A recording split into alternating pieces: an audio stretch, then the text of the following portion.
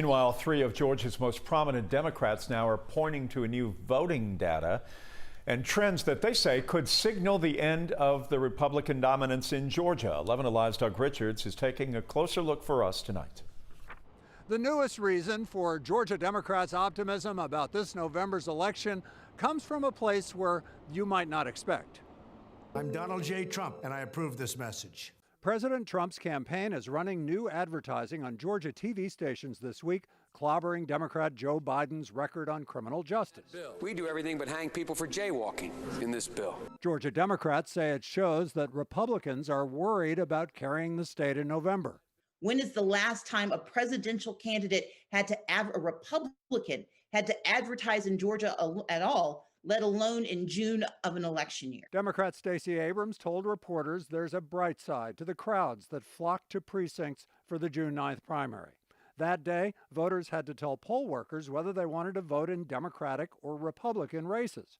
And Democrats say 167,000 more voters pulled Democratic ballots. They say that's up 61% from the 2016 presidential primary.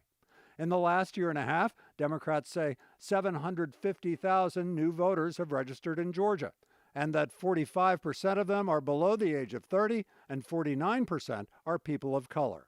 Trump and his allies will be on defense for the remainder of this general election campaign. Democrats nominated Jon Ossoff to face Republican Senator David Perdue in November.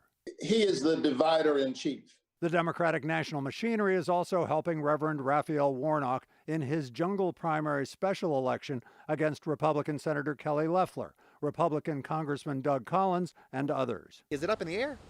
Absolutely. Republican strategist Brian Robinson says Georgia Republicans also have to find new voters. So we've got to go find those folks, get them registered, and then have a turnout effort to get them to the polls, much the way that Stacey Abrams did with the Fair Fight Action.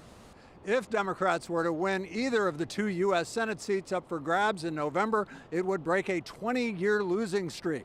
Zell Miller was the last Democrat to win a U.S. Senate seat in Georgia. Our 11 Alive political team is bringing you perspective and analysis throughout the important election year. If there is an issue you want us to look into, you can send us an email at whereatlantaspeaks@11alive.com.